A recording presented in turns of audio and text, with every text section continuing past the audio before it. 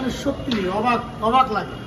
1 বছর হতে আর 1 দিন মাত্র বাকি, অথচ এই টিএসসির ভেতরে বাংলাদেশ গণতান্ত্রিক ছাত্র সংসদের এই যে প্রদর্শনী, হ্যাঁ, এখানে সূক্ষ্মভাবে বাংলাদেশ ইসলামী ছাত্র শিবিরের যারা ছিল ঢাকা বিশ্ববিদ্যালয়ের সাদিক কায়েম, ফরহাদ, আবার জুনায়েদ টুনায়েদ অনেক যারা ছিল, তাদের কারো কোনো অস্তিত্ব নেই। গোটা প্রদর্শনীটা আমি ঘুরে আসলাম টিএসসি একেবারে ওই কর্নার থেকে এই কর্নার পর্যন্ত, কোথাও সাদিক ক্যামেরা নেই। মানে সুপরিকল্পিতভাবে বাংলাদেশ ইসলামী ছাত্র শিবিরের যে অবদান সেটিকে ইতিহাস থেকে মুছে ফেলার একটা চক্রান্ত। চলুন আমরা একেবারে আপনাদের দেখাই যে এখানে আসলে বিভিন্ন গ্রাফিতিগুলো যেগুলো করা হয়েছিল ঢাকার বিভিন্ন রাজপথে, সেই গ্রাফিতিগুলো এখানে ফ্রেমবন্দি করা হয়েছে এবং সেই গ্রাফিতি প্রদর্শনী রয়েছে এখানে। বাংলাদেশ গণতান্ত্রিক ছাত্র সংসদের উদ্যোগের, বিপ্লবের, অভ্যুত্থানের নানান অনুষঙ্গ এখানে যোগ হয়েছে। আমরা সামনে আসেন, সামনে যাই।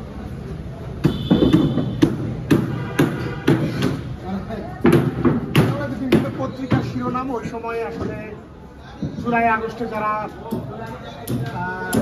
বিপ্লব করেছে তাদের ছবি, তাদের বিভিন্ন অবদান সংগঠিত, এবং পত্রিকা গণমাধ্যমের ভূমিকা কিছু না। এখানে বেশ কয়েকটি গণমাধ্যমের মধ্যে আমরা দেখছি সবচেয়ে বেশি জায়গা পেয়েছে এখানে নয় দিগন্ত এবং যুগান্তর, মানবজমিন। প্রথম আলো রয়েছে, সমকাল রয়েছে, নয় দিগন্ত, যুগান্তর, মানবজমিন, সংগ্রাম, দৈনিক সংগ্রাম, সমকাল, ইত্তেফাক, নিউ নেশন রয়েছে, নিউ নেশন আছে। আজকের পত্রিকার আলো পরিষ্কার পেয়েছে। একটু সামনের দিকে যদি আগাই আমরা, এছাড়া অন্য কোনো পত্রিকা আছে কিনা আমরা দেখার চেষ্টা করছি। আমরা কিন্তু ইত্তেফাক, যুগান্তর এবং মানবজমিন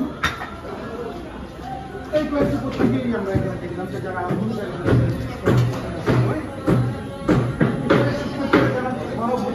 আহত এবং নানাভাবে প্রশাসনের রক্তচক্ষুর শিকার হয়েছেন তাদের ছবি এখানে রাখা হয়েছে।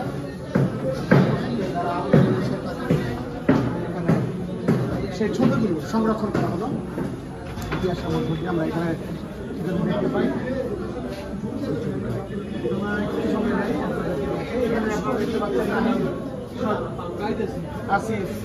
এই ছবিটা দেখুন, এই যে টিএসসিতে এই যে যেদিন জানাজা হয় সেদিনের ঘটনা। এখানে আমাদের সমন্বয়ক ওয়ালিউল্লাহ সেও রয়েছেন আমার এই মুহূর্তে, যিনি ক্যামেরায় ধারণ করছে। তার সাথে আমার পরে কথা বলবো।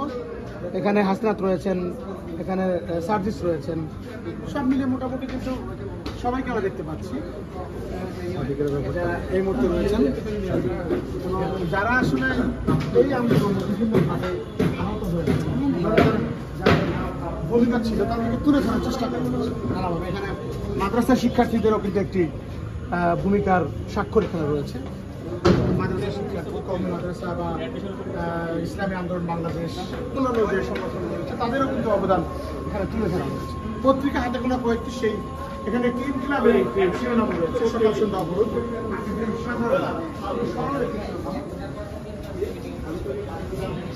ওই সময় যে দাবিগুলো নিয়ে মূলত মাঠে নামানো হয়েছে তাদের কিছু খণ্ড খণ্ড এখানে রয়েছে, সেই শিরোনামগুলো এখানে রাখার চেষ্টা করা হয়েছে। সামনে এগিয়ে যায়, এগুলো গ্রাফিতির আদলে এবং সেই শিরোনামগুলো ওখানে দেওয়া। আর যে স্লোগানগুলো ছিল সবচেয়ে আকর্ষণীয় জায়গাটা আপনারা দেখুন যে জাস্টিস থেকে শুরু হয়েছিল এবং আমরা আমজনতা কম বলছি ক্ষমতা, তুমি কি আমাকে রাজাকা রাজাকা, কে বলেছে স্বৈরাচার স্বৈরাচার, জন্মভূমি অথবা মৃত্যু, এরকম স্লোগানে কিন্তু ওই সময় আন্দোলনকে উজ্জীবিত করা হয়েছিল নানাভাবে। হি হ্যাজ মেড আস, ওই যে ফার্সিক্যাল একটি স্লোগান আপনারা দেখতে পাচ্ছেন যে ওবায়দুল কাদেরের একটি কোট করা হয়েছে, fight for your rights, action action action. এই যে মুগ্ধর একটি লাইন আমরা দেখতে পাচ্ছি, পানি লাগবে পানি, আমার ভাই জেলে গেল। আরো কিছু এখানে যোগ হবে, আরো কিছু যোগ হবে, এখন কাজ চলছে। একটু সামনে যাই আমরা। কিন্তু সেই হুজুর যিনি এটিও কিন্তু সে আন্দোলন উজ্জীবিত করেছে, বাংলাদেশ জামাত ইসলামের একজন সদস্য। এইরকম বেশ কয়েকটি স্লোগান কিন্তু এখানে দেওয়া হয়েছে। আরো কিছু গ্রাফিতি এখানে আছে, একটু যদি সামনে যাই আমরা, সেই রাজনীতিতে নৌকাগুলি রয়েছে। বিদ্রোহী কবি কাজী নজরুল ইসলামের বেশ কয়েকটি কোট এখানে রয়েছে।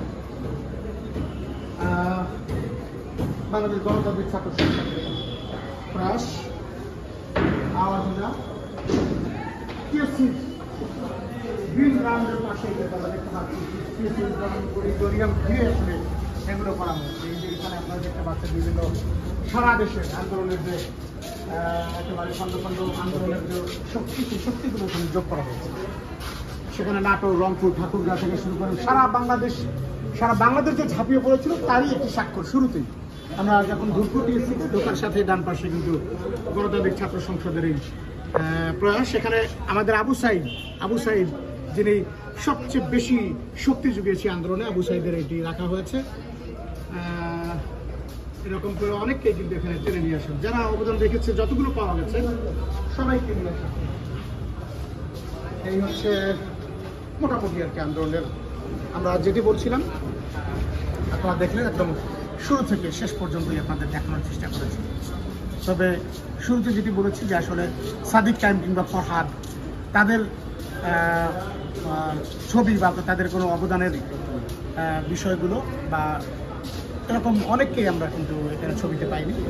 সব মিলে কিন্তু দেখলাম যে আসলে সবাই আছে কিন্তু তারা নেই, মানে ইতিহাস থেকে তাদের অনেকটাই মুছে দেওয়ার চেষ্টা কিনা তা আমরা বলতে পারবো না, হয়তো বা হতেও পারে একটি সূক্ষ্ম ষড়যন্ত্র।